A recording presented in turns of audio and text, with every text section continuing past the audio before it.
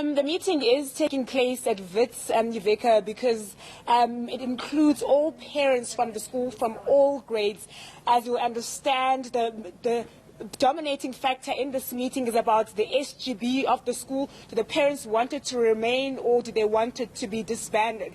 So what has happened since we last spoke, the parents have voted unanimously that we, as the media, as well as anyone who is not a parent at the school, should leave the venue.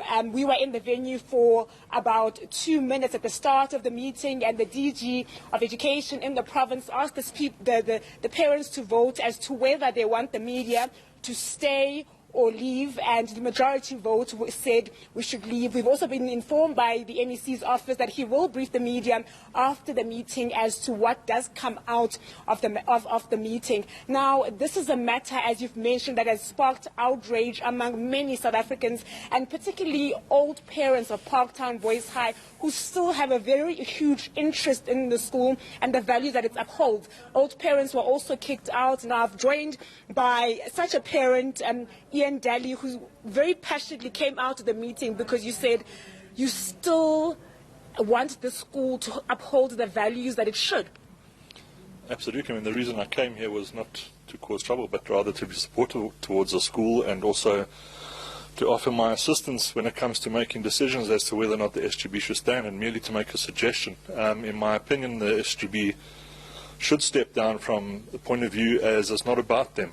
You know, if they are a good SGB, if they step down, they can still support a newly elected SGB. And if they're not a good SGB, stepping down would mean that better people could take over. So in stepping down as the SGB, I felt that it was a wiser decision and a safer decision for the betterment to the school. We came here simply because we want the school to improve and to get better, and it's been a long journey for a lot of us who have been involved with the school. My son was there from grade 8 until matric, and we went through some hard times of our own, and a lot of the SGB members that are currently in place were in place at that time. So I was merely here to support and offer my knowledge of what happened at the school, and just to try and offer logical train of thought, really. I certainly wasn't here to cause any trouble. I'm here because I want the school to improve. There's been a lot of talk about this culture of silence at the school. What do you make of the media being asked to leave, for one, as civil rights organizations being asked to leave, as well as yourselves? Well, I think that's kind of ironic, because essentially what they're doing is enforcing that culture of silence by not letting the media get involved and telling the truth. Essentially what's going to happen now is you're going to be hearing things from parents that were in there, and I'm sure you'll stick around to speak to some of them. And it'll be second-hand knowledge and hearsay. Whereas if you were allowed to stay, you could tell the truth. And that's the most important thing, is about getting the truth.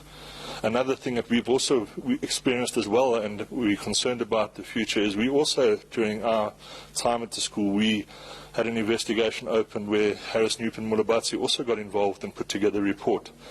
And Mr. Lesufi came and he addressed us, and Mr. Harris also came and addressed us with regards to what the report said, and implicated a lot of the teachers that were there as well. And Mr. Lesufi told us that he would make the report available to us, and that was over a year ago. I'm not exactly sure of the exact date, but that report still, despite our efforts, has not been made available to us. And we've put in official requests, we've gone through the channels that we're supposed to, and we keep getting turned down with regards to getting that information. And if the information that was given to us then, in a public forum where the media was also involved, is accurate, and it's everything, why not give us a copy of what the report said? So again, in the sense of when they're not giving us the report, it gives the impression that there's something that they don't want us to see. And now Mr. Lesufi is now saying he's going to use the same attorneys and get another report with this case with Enoch. And we also want to make the parents aware of what we've experienced, so that they don't have to go through the same thing again. So it's all about having the truth come out, and we just want the truth to be out. It's as simple as that. It's about having the truth and mending the school. We don't want to close the school. We don't want it to disappear into the moonlight. We want it to flourish and grow and be what it used to be. You were saying you went through a very tough time at the school, given that your child was there for such a long time. There are things that have happened there that are in the public domain. Yeah. How did the school handle you and your experience? And do you think anything different is going to happen? You were saying to me earlier that the staff are still there who are part of that. Well, there are some staff that are still there. A lot of the staff that were implicated aren't there. Some of them are teaching elsewhere. Some have left the country. But with regards to the Harris-Newpin-Mulabatsi report, there's a lot of things that we just want to get clarification on. So there's a teacher, for example, that was implicated in more than one instance who's still teaching, and we have asked what action has been taken, and we've been told that action has been taken, but he's teaching elsewhere, and we want to know what has happened. So there's been a lot of, we don't need to know kind of attitude towards us, but getting the Harris-Newpin-Mulabatsi report will clarify who they are, and we can seek answers.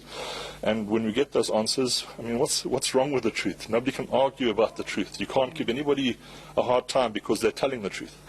So as far as the hard time is me is concerned, I just am involved because of my son. My son had a hard time with regards to numerous incidents that happened at the school, both from students, coaches, and teachers. But my involvement is simply because I have to. I have to get involved because of my son. And for the other children that are still at the school, because I don't want them to have to endure what we've had to go through from our son's perspective. And I'm certainly here as a supportive thing. I'm not here to attack anybody. I'm here to help things get better. Get better, yeah. Thank you very much, sir, for your time. Very emotional there.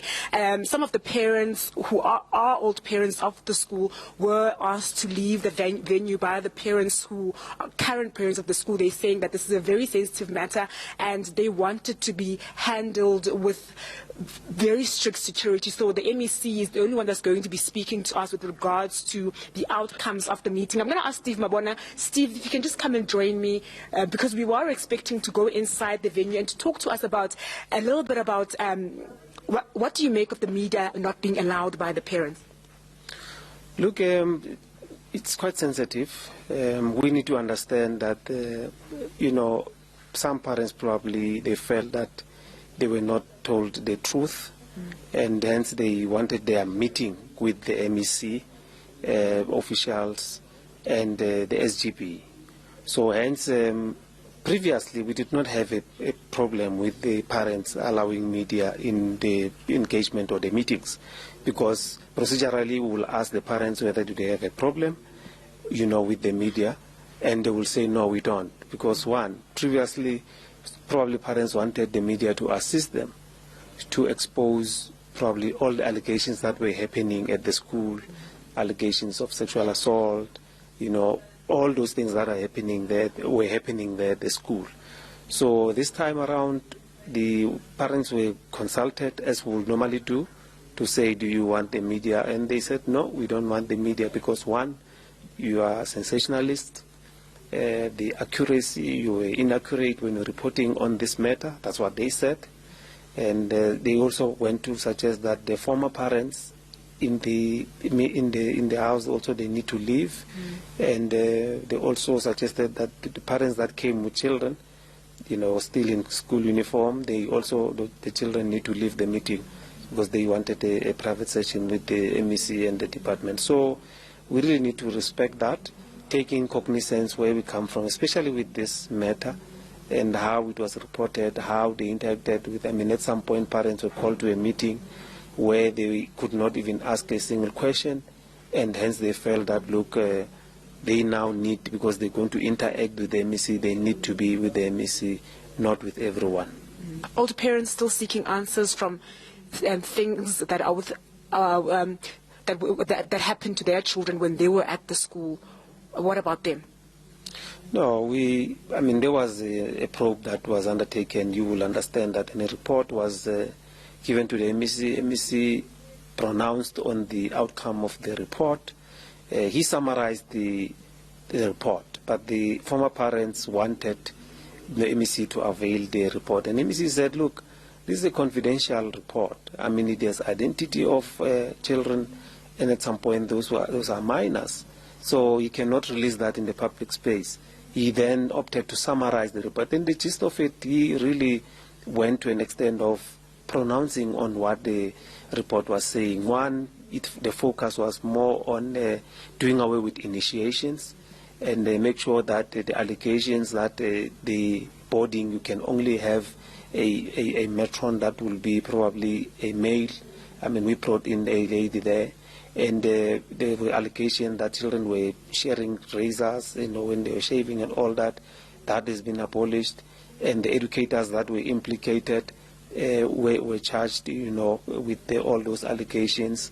And the management, at the school was changed. I mean, we introduced a new principal there, and so many recommendations that came there, and to support the learners, make sure that the culture of secrecy is, abolished as well.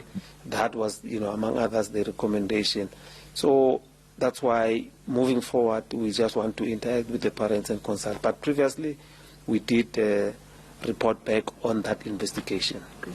Thank you very much, Steve Mabona from the Education Department, stating there, just reiterating the reasons that the parents say they don't want the media in the room. They want to be able to speak openly with MEC, saying that in previous meetings at the school they weren't able to ask questions. So they just want a space where they can feel free to say whatever that they want to say. Obviously, very angered past parents of the school, saying they also have an interest because they want to see the school doing better. It's been in the media for all the wrong reasons over the past years, and that's why they came out here today, because they feel very strongly about the values that Parktown Boys High carries going forward. A very emotional issue indeed, Zikhona, so understandably so. They want to just have the private space to do that. I'm sure, hopefully, we'll be able to chat to some of them as they get out of that meeting. But like Zikhona told us, we'll hear from the MEC. We are expecting some kind of briefing from him when they get out of this meeting.